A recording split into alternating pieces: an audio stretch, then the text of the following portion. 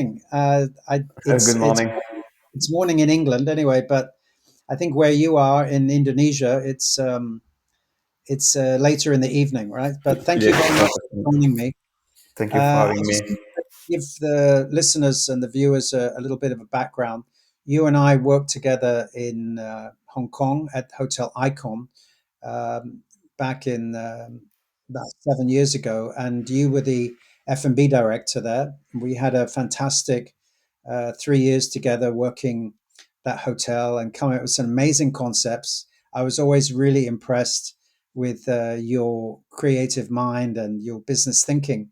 And I always got a feeling that, I've followed your career with great interest, knowing that you would become, a GM very quickly. And sure enough, you moved on to a property in Thailand and then quickly on to another hotel at Coco Island in the Maldives as a general manager, where I had the fortunate opportunity to meet you over Christmas and was really struck with what you'd been doing there with, around sustainability and around, all the things to do with eco-friendly and the challenges that were thrown up just by the fact that you were on an island in the middle of nowhere, and Mhm.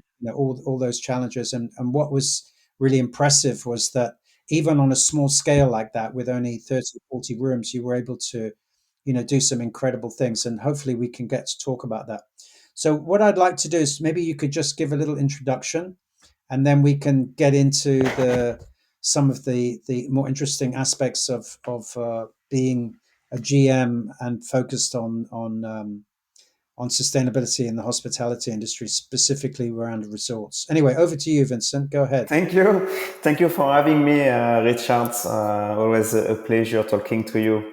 Yeah, I mean, I think you give a good introduction already, but I have, mainly be in resort and an island. I started in Bora Bora in French Polynesia with St. Regis, and then moved to Hong Kong, which is another island, but not the same kind of island with a different challenge, and then I mainly stay in Asia, from China to Thailand and the Maldives.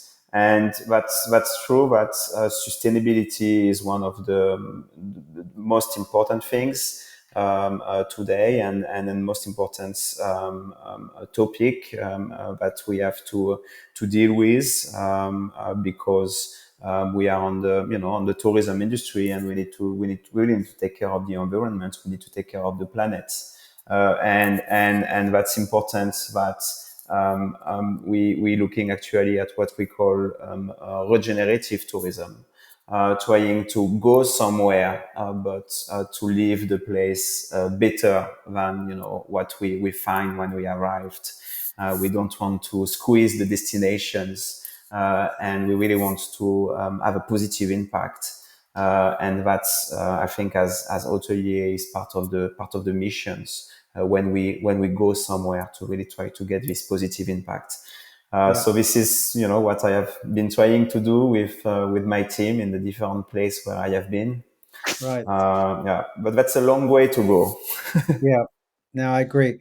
I think what was interesting for me, the fact that you and I had, you know, done a lot of these things in food and beverage at Icon that were more because we felt it was something innovative we saw in the industry. We approached some suppliers. The suppliers were very keen to work with us because we were a Mm. teaching research hotel. I remember we put in that big food digesting project called the Orca, Mhm. um, which was very clever how that was able to digest. And we because we had a big buffet there, right, and we used Mhm. to throw all that wet food in there and it would recycle it and turn it all Yeah. into water. So we had this sort of license to experiment. But then when I came to the Coco Island Hotel in the Maldives, I was very aware very quickly of the fact that there was a lot of focus amongst all your staff, and even though the whole island had this sort of very Robinson Crusoe, Hmm.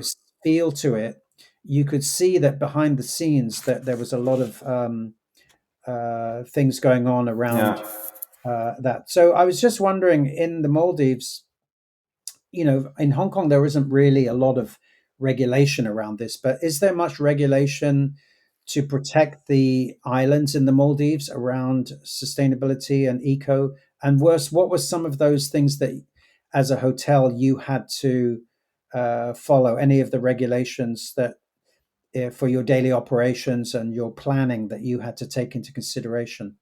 Well, this is coming along slowly. There are some regulations, but to be honest, most of the initiatives need to be really like implemented by the hotel operators or by the owners that needs to believe on the project and on initiatives and start the initiatives. So you get some regulations, some do and don't. Why? Right. Because because of the design of the country and because you are super exposed to the elements, right? So we have like a big issue with tide, erosions. We a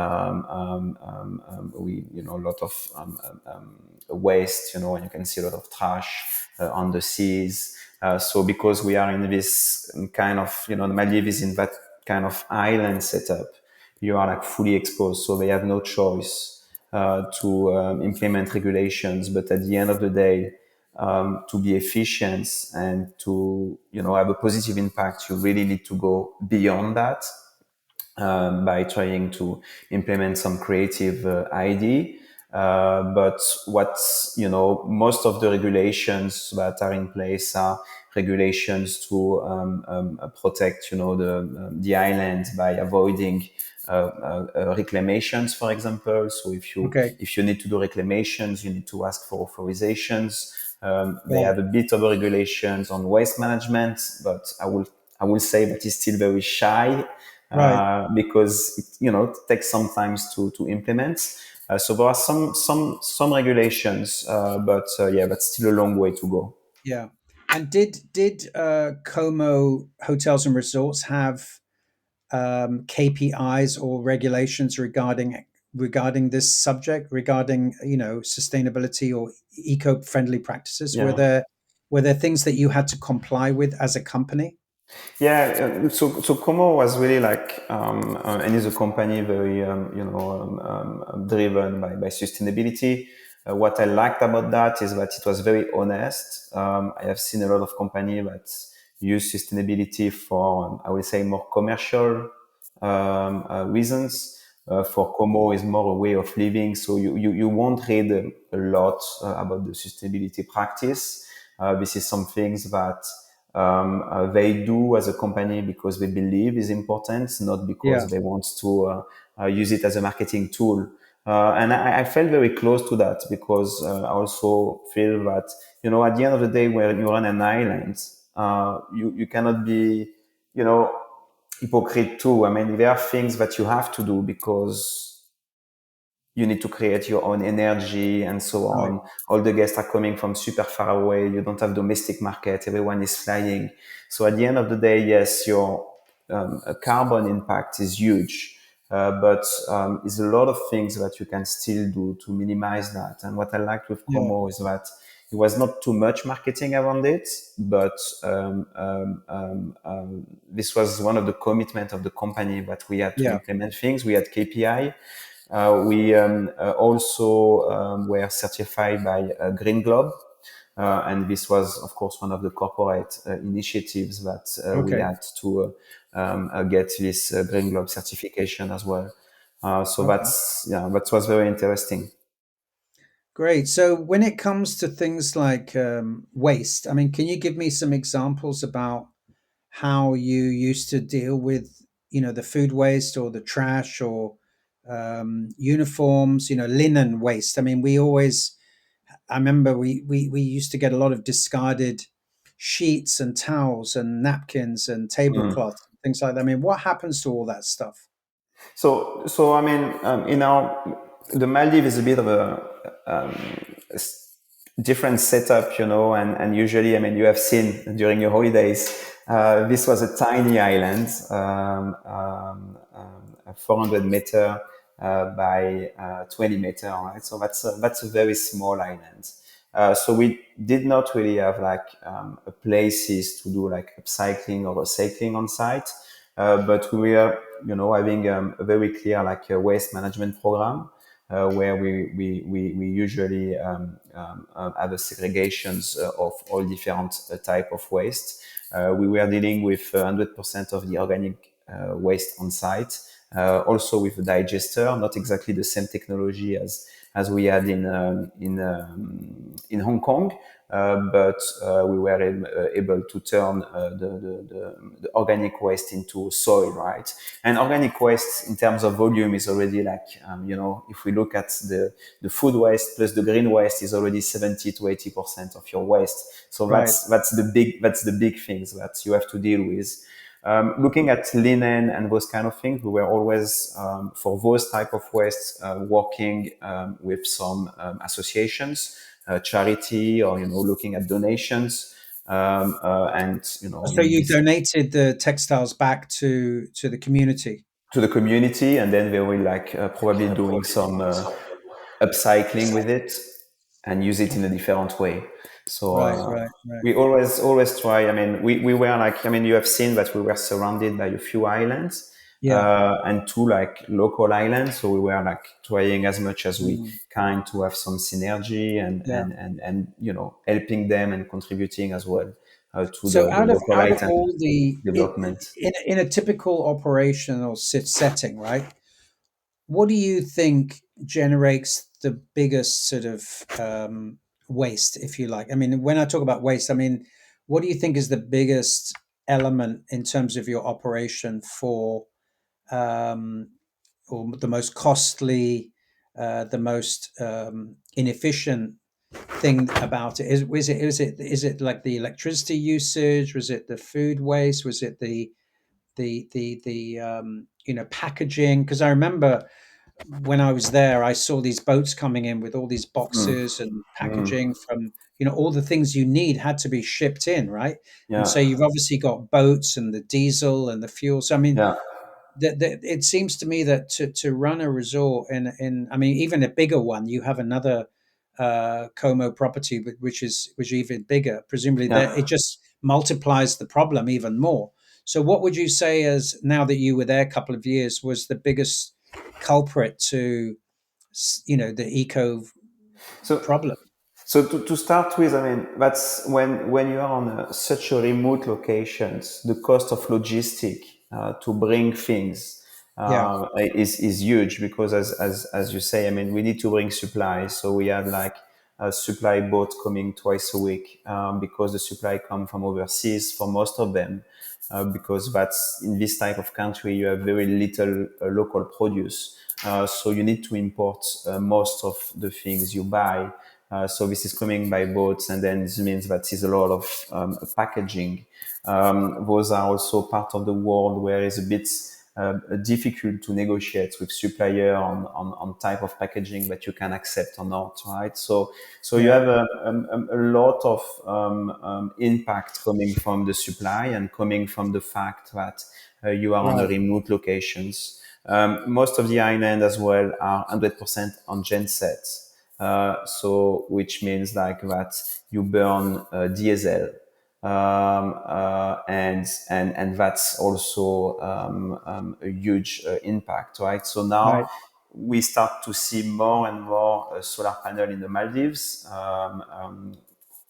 even very interesting facilities like floating solar panel, yeah, where you have like a platform floating on the sea with solar panel and other things, other way to provide renewable energy, right? So yeah, but yes, I think that the logistic and the transportations, because you are on a remote locations, will be like the most important, yeah. impact, negative Okay. impact on the So environment. when you're selling a luxury product like you were, which it wasn't a cheap place by any means. I mean, it was a luxury. I mean, you've got this sort of intersection between luxury and sustainability, right?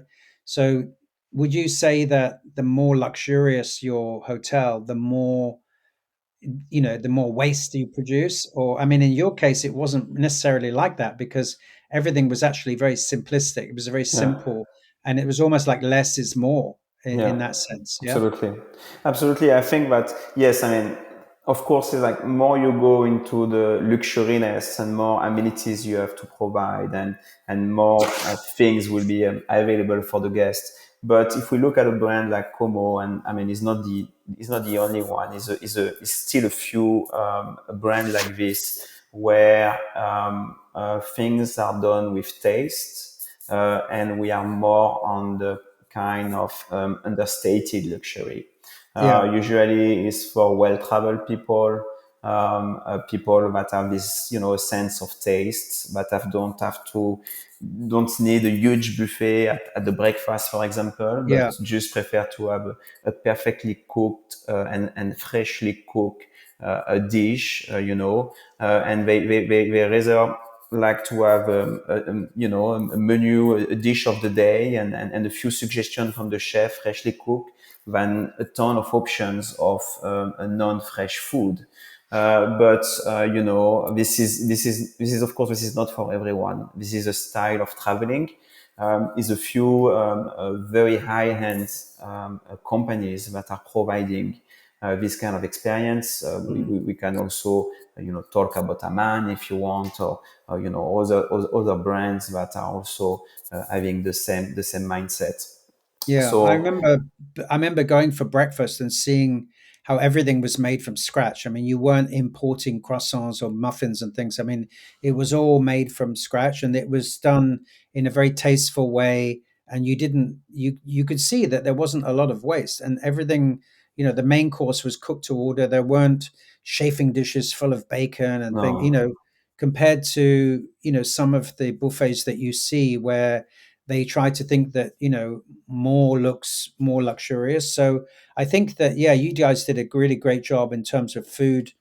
The food, this a luxury food doesn't have to be wasteful. And I no. think that's a very good point. And in fact, we didn't have any buffet. I mean, we completely, and I think No. that's a common thing in the whole company. Talking about this hotel brands, I think is a no buffet policy, Yeah. because we know that most of the waste is coming from the buffet, right? Right. And the problem is that sometimes in buffet, people have very unhealthy way of consuming.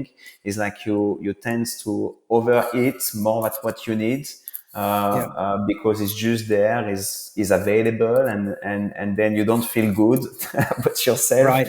It's this, this philosophy and way Yeah. of life of Japanese people that, it's, they eat enough, but they kind of try to stop to eat, before they are completely full. Right. So it's always interesting to find the sweet spots between, because people are the guests are in holidays. They're here to enjoy. They're here to, get a fantastic experience. So we are not supposed to. We need, and we also want to be seen as very generous. It's very important to. So at the end of the day, is à la carte.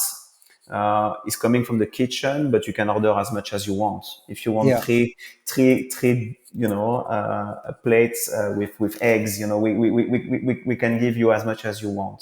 Yeah. But everything is cooked at a minute, and less end up in the garbage bin. Yeah. That's very I remember important. talking to the chef, Caden, and he was telling me that, one of the things that they do is to try to source all the food locally. And the all those like special theme nights you had, the Indonesian night and the Thai night. I mean, all those things are very simple local produce, but done in a very authentic way, which Yeah. is again, a very eco-friendly practice. Yeah, we had, I mean, for what we could use mainly in the Maldives was like the fish, of course, the Yeah. seafood's fantastic. The lobster are nice. There's a lot of fish. There's a few vegetables, so spices and so on. So we were trying to Right. use whatever we can, and I think that he did that groundwork of going to local islands, meet producers, try to understand the eating habits and so on, and see what we can use, Yeah. even if sometimes you need to to adjust as well. But yeah, he did a great job in this sense too, Yeah. and this surely helped. One thing I noticed there was that all your uniforms were very simple, light colors, using um, textiles that were breathable. I think I don't know whether it was linen or cotton, but um, did you? How do you go about, like, designing? Because I know you changed a lot of the concepts there when you got there. So in Hong Kong, for instance, we would, if we were changing a concept or we're doing a promotion, we would go out and do special uniforms for it and Yeah. things like that. So you'd have to get a designer, and you'd have to, order and do the sizing. It was actually quite a laborious process, and it's very quite intensive and quite costly. So I'm just curious, how do you do that in a resort setting like that? So in Como is, for the uniform is mainly driven by the corporate. So that's always a teamwork. But at the end of the day, of course, we want to use like material that are sustainable. Yeah, That's one of the things we look at. But we also, and it's very important to look at things that are comfortable and things that are very light because that's very warm country. mm, right, We're right, very close to the equator, so you also want the people to to have like some very breathable uniforms. Of course, if you are working in a restaurant, you might sweat and so on. So those are all the things that we need to take in considerations. We also need to look at the cultural aspects. This is also a Muslim country, so is a combination of the different things that we are looking at when we make the choice, and sustainability is an important part of it. yeah. So when a new staff member comes on board, are they like all measured up and given a special uniform, or you have like a stock of small, medium, and large, and then they're just given that to wear? Is it personalized, or do you hold a lot of inventory of uniforms that I'm just So curious. There must be a lot of waste also involved in, because if you're having to create a new uniform for every member of staff, then you're going to get a lot of discarded uniforms that are no longer useful. So we had standard size, and then we had a tailor, of course. We had two tailor actually at Cocoa, and then everyone will be fitted. So Okay. make sure that you have some things that fit perfectly Right, right. to you. But the base of ordering this is on size. Yes. Okay. Okay. So you had a tailor who worked in the resort. Yeah, I remember you even Yeah. had your own. You even had your own hair salon hairdresser there for the Yeah, staff. absolutely. No, no, we had all the different kind of Yeah. job, but it's like running a place like that is like is a small country Yeah. or a city if you want, but Yeah. yeah, that's very different from running a city hotel. Yeah. Okay. So then you kind of felt that after 2 years, living on a small island, enough is enough. You wanted to move on and do something a bit more creative. I know um, you were headhunted by some owners to create a new concept in on an island in Indonesia, which you were telling me about briefly when we were there. And then I'm just really fascinated because I know I've been following your journey in the last 7 months that you've been there, and you had some very interesting plans around sustainability. So it must have been something that you felt was very marketable as well. Otherwise, why do it? I mean, it's not a gimmick, because if you're just doing things for a gimmick, people could call it greenwashing. But I'm Yeah. curious whether you felt that the reasons why you took this approach with your new concept that you're at now was because you felt that it was something very marketable, or whether it was because it was just part of your own personal mission and vision for what a hotel ought to be like. Perhaps you could tell us a little bit about that. So yeah, I was lucky to be hired for this role. The mission and this vision on sustainability and what we call here regenerative tourism has been invented by the founders of the company. And when this was explained to me and explain what is all about here and what I would have to implement, I just felt that this is something's meaningful. It's like when we were together in Hotel Icon. It's like you're not just working in a hotel. You are contributing to some things. You are doing some things more than just working in a hotel. And I think that we all look, to have a positive impact for others, right? And to do some things that can be meaningful, and at our level to be able to change the game. And when I see this opportunity and I got to talk to the founder of the company, I really felt that this is in the one time, a lifetime experience to be part of this project. And in Right. fact, here we are doing, we have a zero to landfill concept. So we are going to have a lab where we are going to upcycle and recycle all the waste produced from the hotel. So that's a very Wow. interesting things to So a set up. recycling sustainability center. Yeah, that's Sustainability cool. center. So Yeah. that's very interesting to set up because, of course, we need to purchase a lot of machines. We, of course, we work with consultants that have done this already in a very famous place in Bali. Right. But those are like very interesting things to set up. And on top of doing this upcycling and recycling and having this zero to landfill policy, we are also working on the coral restoration program. So we are working together with a big organization called a Coral Triangle Center, CTC, very well established organizations in Bali, and they are going to help us to implement this program here, where we are going to grow corals. We have a fantastic house reef, but we really need to start to take care and look after our coral here. So we are going to do this with them. Okay. And plus a lot of different initiatives. Of course, we don't have any single-use plastics and so on, which is becoming quite common. We are also looking at solar panel here. So in Indonesia, you have regulations. You can only use 20% of solar energy. The rest need to come from the government source. But we are exploring like different options now to implement solar panel on the roof of the hotel as well. Yeah. Okay. So those That's are great.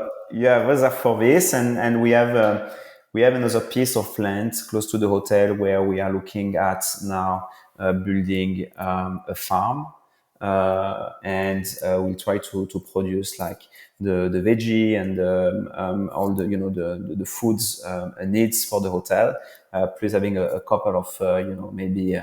A goat for cheese and bees to produce our honey and things like that. And we will, of course, like bring our guests there as well Okay. to visit the Great. farm. So if you were aware of a company, let's say like Crestwell, who are able to use their kind of digital AI to do the design and the whole sustainable practices around the uniforms, would it be something that would be appealing to be able to say that this is a part of the equation where all your uniforms were sourced from sustainable materials, whether it be bamboo or plastic or whatever, and that you could get the design brand through using an AI tool. So you put in basically, for instance, all your design element, the renderings of the restaurant, whatever the style of it is, and then through that it would be able to come up with some uniform examples for you to choose. I mean, and if it was also cheaper, and the fact that they were willing to buy them back off of you, let's say they said, okay, once these uniforms are have been used, we'll buy them back from you so that we can then, downcycle them or upcycle them into other things. So let's say you were going to open a hotel and it was, say, I don't know, 300,000 US dollars worth of uniforms. And they said to you, well, okay, we'll guarantee to buy the old uniforms back from you for, say, 100,000. It's like a no-brainer in a way. So you're kind of able to justify maybe buying a sustainable product, but at the same time, you're doing something good for the environment. Your Mm. staff can feel proud that they're wearing something that is made from a recycled fabric. And also, at the end of the life of that product, the company would take it back and that it's being used for Mm. good purposes. Would that be something that would be interesting? You think that's an interesting proposition? Yeah, I think it's brilliant. I mean, is the of course is the financial aspects, which totally makes sense. But also, I think that you just touched on a very important point is the importance of AI, and I think that I mean the hospitality industry can be a bit slow sometime Yeah, in changing the game or in innovations, but AI is surely the game changer for the industry, Internet of Things too. But in order to implement what we call now even like predictive maintenance instead of preventive maintenance, managing the resources and the energy and so on. I mean, that's the future, right? So yeah, having these kind of tools to design uniforms will surely be some things that will be very interesting for us now, but will yeah, surely be some things very common in the next yeah. 5 to 10 years. I think that's the future. That's a very near future, actually. Yeah, because I remember, when we were at Icon opening, we had, one designer for one restaurant, one designer for another restaurant. In fact, we had two or three, and even Vivian Tam, who was the Mm, famous designer. But the problem with a lot of those things is that every time you need a new uniform, it's actually quite tricky to get everybody measured up. And then what happens when they come up with, say, a special, you remember at the lounge the girls used to have that yellow yeah. embroidered Yes. top, which had the logo in it. So then you're kind of tied to using one fabric from one factory or one company, and sometimes you don't really know whether the practices of those factories are ethical, even, where how Mm, they treat their people. So I think that now, with a group like Cresswell that I'm sort of talking to and helping them, is that I was really impressed with the fact that they've got all the certification, they look after their people. The factory's been there 25 years, but it's been modernized to the sense that, like I said, you don't need a designer and pay 100,000 US dollars to a designer, and you're not tied to a specific factory, or a specific uh, middleman. You're dealing directly mm, with the factory, and then your staff, when they join, they can go straight to the website. They can, go to their particular hotel, their department, and they just key in their, measurements, and then the uniform will be sent to them within 2 weeks. It's all done, mm, and then when it needs to be repaired or needs to be, end of life, they'll take it back, they'll buy it back off of you, and then they'll mm, they'll send you a new one. So it's a mm, bit like, almost like a kind of the way with an Apple phone. You're buying a new mm, phone, but they'll buy back the old one and recycle it. mm, So, but yeah, I think it's a really cool idea, and then that's why I sort of was interested in learning a little bit more and finding out how people in the industry felt about it. So, Is it? It's something that you think you would consider probably? Yeah, I think it's a brilliant solution. Yeah, Is good. To here, for example, the approach we had is that we wanted to work with a local designer yeah, because we wanted a story as well tied to someone who will be like, kind of, we were on the thinking as well of giving back and get some things from someone from here. Um, Not necessary on having too much of a local touch, because in the way we design, we ask to design uniform is like, oh, this is need to be some things that's a lifestyle hotel, so this is some things that I can wear when I go out with my friends, right, and some things that is not looking like a hotel uniform. If right. sometimes things really look like hotel uniform. Now some things which is cool enough for me, and just to go out with that. So this was a bit of the scope we gave. He did a very good job, Yeah, but the solutions you are presenting now could have been as well yeah, some things that we could have considered, right? mm, Because this is also a very beautiful story, and I'm sure that the fact that you are not tied with a factory and so on, and that you have this flexibility, is also very appealing for an owner, to yeah, know that at the end of the day you are always in control. We know that it can be always difficult when you need to reorder uniforms. So yeah, the first set is always good, but the yeah, yeah, reordering part can be quite painful, and yeah. that's also Exactly. Yeah, expensive. right. Good. Well, so what's the next step for you, Vincent? When do you plan to open the property? When do you think? What stage are you at now, and what are some of the challenges moving forward? Now we are looking at Q4. So we still have a bit of time. I think that the main challenge is a bit of a remote location here. We are an hour away from Bali, and we have like some issues sometimes with materials and manpower. Right, there's a lot of project on the island. That's actually a booming destinations. This Can is you tell one us of about the this island? What is it, so and what's the name of the property? the name of the island is Labuan Bajo. Labuan Bajo is the gateway to Komodo, and to the Komodo National Park. Right, And that's a destination that is one of the focus of the Indonesian governments, and that's really one of the destinations that they try to promote. right. Bali is great, but Bali is getting very very busy, and they're Yeah, trying some solution to spread out a bit of the tourism. So that's one of the big focus for the government. That's a fantastic locations. You get one of the best national park, an amazing underwater world. You have right. like all type of sharks, fishes, beautiful things to see underwater. The land is also fantastic. You get beautiful mountains. You have like volcanoes to explore. If you like hiking, you can do bicycle.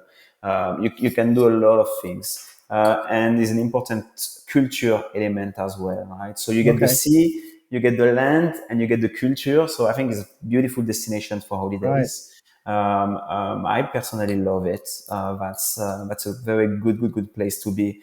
Yeah. And A place that will you you? must have on your bucket list. Yeah, I should definitely do that. And I think it would be great. I know my son is wanting to do hospitality, and he said he'd love to do a internship overseas, so that could be good. I'm just That's good. wondering, will you actually be, when you design the website and you look at how you're going to market it as a proposition, to the industry. I mean, presumably your market will be North America, Europe, and also Asia. But will you market it as a sustainable hotel, or would that be because a lot of people are looking for hotels that tick all those boxes? I mean, is Yeah. that something that? So you will look at very closely to position the hotel, as a sustainability focused uh, brand. yeah, for this hotel and for the this new brands, that's really one of the key message. That's part of our DNA, and that's really part of the value that we have, and Yeah. is the reasons why we is one of the reasons why this new brands Mm. is starting this missions, right? So sustainability is very important. This is going to be one of the key message. In fact, we call it regenerative tourism because more than being on sustainable, I mean, we have the sustainability practice, of course, on the reductions of the carbon footprint, but we go much further. That's all work, with Yeah. the local community. That's all work in working with a local a craftsman, artisan, and contributing to the community, hiring as many local people as we can, even in a remote locations, contributing to the learning, to the development of the people. So that's that's a very wide scope, and that's clearly one of the key message Yeah, I think there's that we want to put definitely, forward.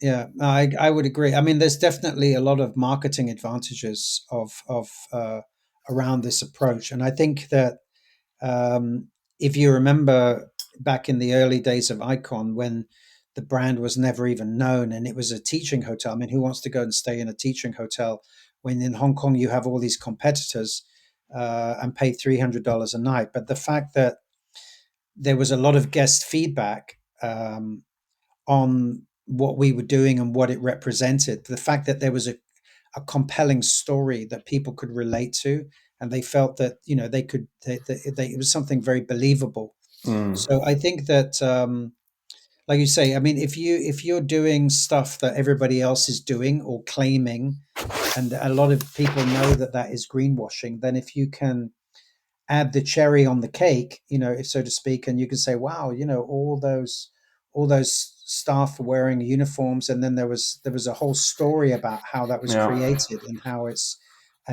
all been. I mean, even the money that when they buy the stuff back from you, whatever you get from that, you could donate that, as Mm. a cash thing if you wanted to something. But anyway, it's a very fascinating, exciting career you're having, and I really look forward to coming and seeing you over there. Yeah. And I really appreciate your time in chatting with me. I know it's very hard. I've done openings myself, and it's not easy, especially when you're a one man show like you are there. So Mm. really grateful, and would be great. Maybe in a couple of months' time, we can check back in with you, and see how you're getting along and any challenges you Yeah. might be facing. And because I know with openings, these things can change very quickly, Yeah, especially when hopefully. there's owners involved. Yeah, yeah. Hopefully, I have some wonderful update for you in couple of months. Okay, Things are on the good track, and yeah, hopefully we open this great. beautiful property Okay, by the end of the year. okay, fantastic, great. All right. Well, thanks a lot, Vincent, and then let's catch up again soon. Yes, sure.